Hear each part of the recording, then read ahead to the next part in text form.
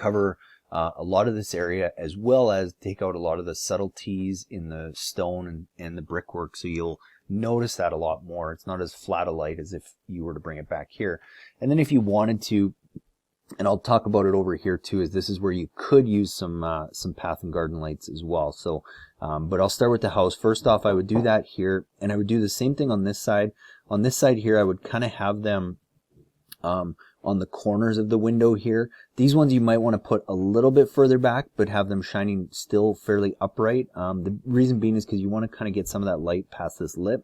Hey guys, it's Cal from The Lighting Doctor here. I hope you guys enjoy this video with some more great landscape lighting tips. To learn more about landscape lighting, go and check out our website at lightingdoctor.ca, or if you want to see what a real quality landscape light should look like, go and check out our Try It Before You Buy It offer, where you can get a premium quality fixture at a discounted rate with your very own battery pack, so you can go and test out how that light's going to look and feel what a real premium quality light should look like. So go and check us out at lightingdoctor.ca, or go watch more videos on YouTube just by searching for The Lighting Doctor.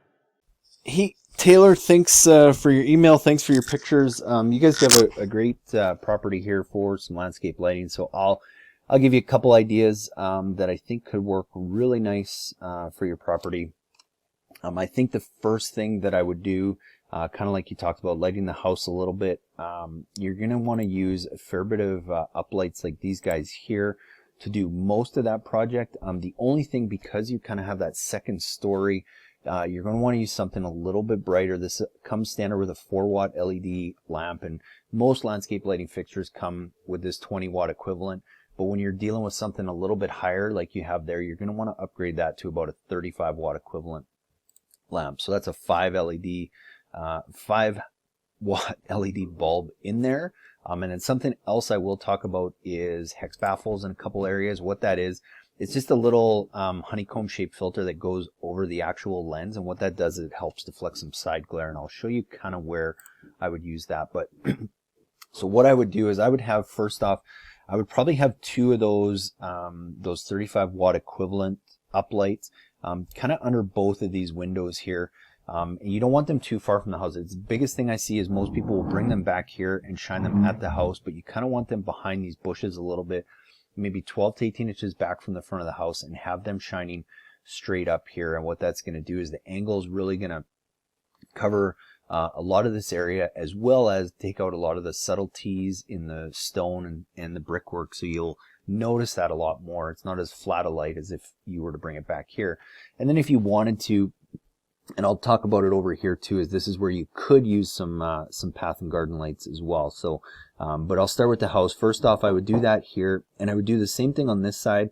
On this side here, I would kind of have them on the corners of the window here. These ones you might want to put a little bit further back, but have them shining still fairly upright. The reason being is because you want to kind of get some of that light past this lip, so that it reaches some of the second story peak here, so it gets some light on there. And then with that same light again, I would probably try and have kind of one over here and one over here that are kind of more angled to get light to this top peak and really light this entryway. But these are the ones that I would use those hex baffles on. I think they'll be far enough that you're going to be able to hide that light source pretty good. But just to be safe, anytime you have a light that's kind of close to a walking area like that, those hex baffles just help so that it makes sure it's not shining in your eyes. So really just 6 of those across the front. And then what I would do is I would probably also try and have those lights, kind of the same idea on both sides of the garage, that are kind of here shining up towards the peak, and on this side as well, shining up to that peak, and it'll help light the flag as well as all the nice brickwork you have up here. Now to get wire from one side to the other, this sidewalk's fairly easy. What you can do is there's something, if you just go to Amazon and search something called a bulb planter drill. Basically it's just a long drill bit that you can get from 24 to 36 inches long, fits in any standard drill, and all you have to do is dig back a little bit and then drill underneath. And even if your sidewalk's longer than that, you can do the same thing from the other side and then just kind of connect. And it's an easy way to get under the sidewalk.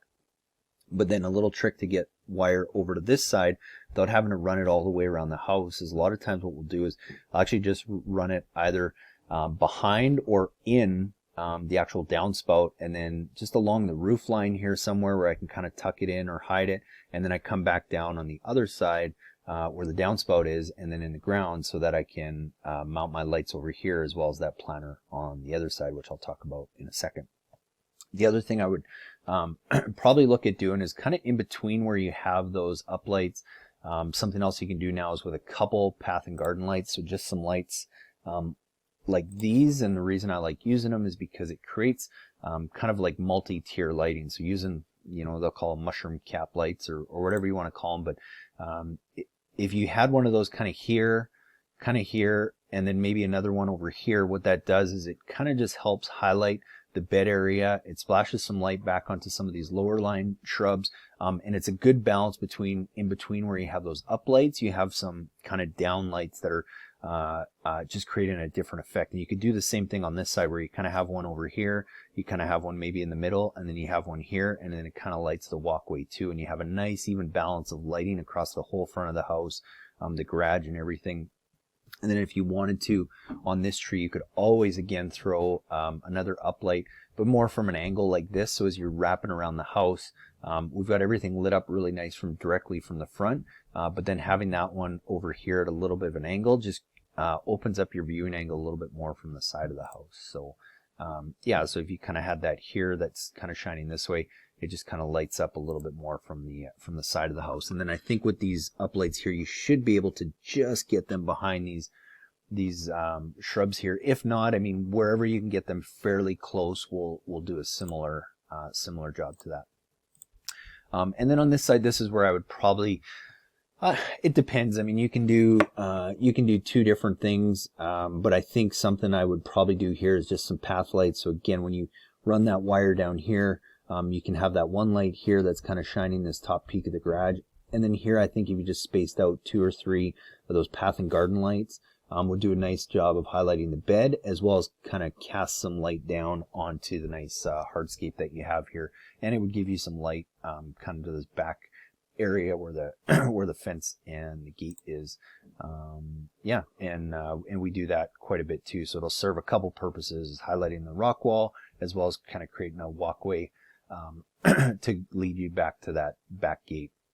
Nice thing is too, when you have the lights higher up like this, like say one here, one over here, and one over here, it really does a nice job of casting quite a bit light down on an area like this. So hopefully that makes sense. I mean, with that being said, I mean, you could easily go around, play on the website, add those different lights to your carts. You can upgrade those to the brighter ones, a couple of them with the hex baffle. All of those lights and that system would easily fit on even a transformer and wiring kit like this that comes with a 150 watt transformer and would leave you some room for expansion. You'd have 250 feet of cable, which would be pretty close, I think, to do that whole job, all your waterproof connections and everything from there. But if you need some help and would like us to kind of help customize a kit, we can definitely do that too. But yeah, just let me know how else we can help, and then we'll go from there. All right, thanks. We're getting pretty close to getting wrapped up this project. We've got all our lights in, so basically, you know, our first step was we took a design and we went and chose all our lights. What was cool about this one is, you know, this is a client who actually had emailed in pictures for a free consultation, and because it was on Vancouver Island, we were able to do it. So we looked through all his pictures, we gave him some recommendations, and then we gave him a price to actually install it, which is not always the case because some of you guys are far away. I wish we could, but we just can't. But what was cool is then we got on site, and a lot of what we had determined from the pictures were very accurate. So we already had a pretty good idea of what we were going to do, how many lights, and we're able to size the transformers beforehand. But sometimes, and is often the case, we get on site and there's some things we want to add or some things we want to take away. So so that's how we go and then determine our transformers. So we'll always try and determine that based on a design. But the key is just leave it a little bit bigger if you're not sure, because you always want to make sure you have enough room. And if you're using an LED system, it's not as crucial that you get it the exact transformer as when you had a halogen system. With a halogen system, you had transformers that had multiple taps, and you really had to be careful that you were getting the right voltage to the right lamps, or you were just going to burn them out a lot quicker. But if you're getting an LED system, a lot of times you'll see on the box, it'll say that your LED is usually rated from 9 volts all the way to 15 volts, which means it's going to operate within that range, whereas halogens was usually between 11 and 12, so you really had to do your math.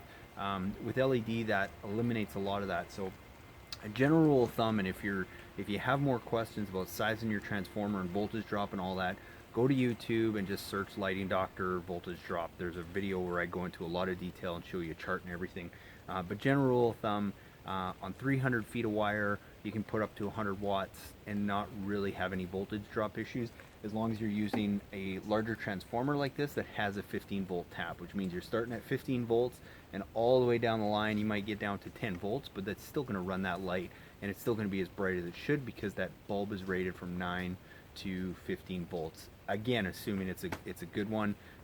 That's why we always say not all products are created equal, so you have to do some due diligence there. We do a lot of that in our kits, but just buyer beware. So basically, it's really simple to go and size your transformers. You take all your lights, you add up all the wattage of all the lights. So if you have a bunch of 5 watt up lights and you've got let's call it 20 of them, well that comes out to 100 watts. But you want to size that transformer a little bit larger, because depending on the efficiency of that bulb, the more efficient it is, the closer that actual wattage is going to be to 5 watts. But the least efficient or the lesser efficient bulbs are going to sometimes be almost 10 watts, even though the box says 10 watts, and that's something called their actual, it's called their VA, their actual wattage. So you got to be careful about that. That's why I always say size it a little bit more. But general rule of thumb, add up all your lights, and then size your transformer 20, 30, 40% more than that. If you don't want to have to worry about voltage drop, get a good transformer that has a 15 volt tap, and you can run 100 watts on 300 feet of line without running into that issue of losing any brightness at the end of the line. But that's basically it when it comes to a transformer. The only other thing I was going to mention is the timer options. Now, you see a lot of the dinosaur looking timers where it's this little digital or this little analog wheel that you got all these little tabs you got to stick out. They got these different digital timers that you got to be a rocket science to operate. The nice thing is that a transformer like this, we use one of these. It's from Wion. It's a Wi-Fi timer, but basically there's dozens of these on the market, and if you have a smart home system, have a look if they already have an outdoor plug, because that's all this is. It's basically a Wi-Fi plug for outdoors, and all you have to do is, now when you go plug this transformer into your GFCI receptacle, all you're going to do is you're going to flip this into the on position. So you're just going to leave your transformer in all the time. But this little thing here, where usually you would have a photocell, which again I highly recommend against, because photocells just fail all the time.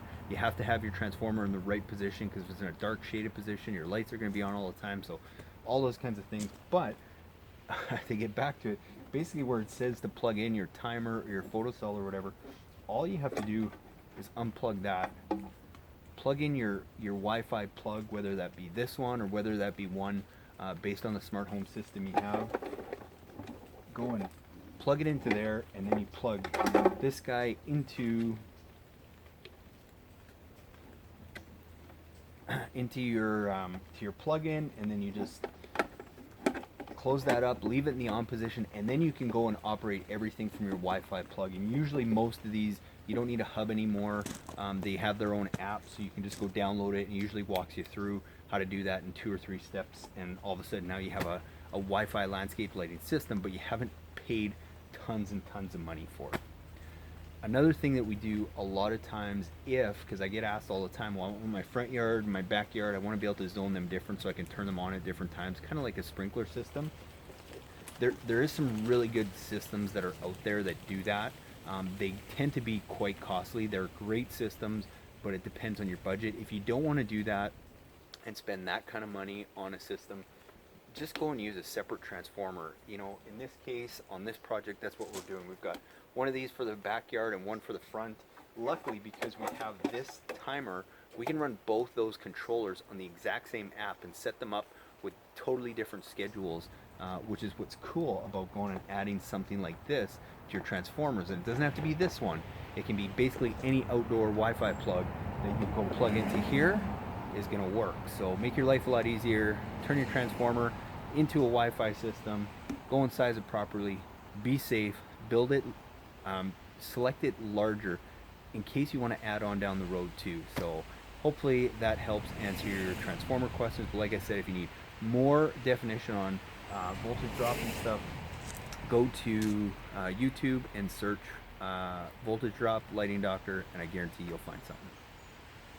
Hey guys, thanks so much for watching. I hope you guys got some great do-it-yourself landscape lighting tips. Now, please be sure to go to our website at lightingdoctor.ca and check out our how-to page. It's full of great resources, from our podcast to our video to our most frequently asked questions.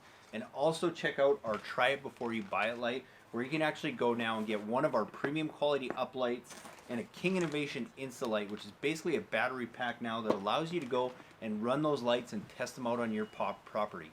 Try it for 14 days. If you don't love it, send it back to us and we'll give you a full refund. And if not, you keep the light at a discounted rate and go and buy what you need for your project. So thanks again for watching. Please be sure to leave us a comment. We'd love your feedback. Have a great day.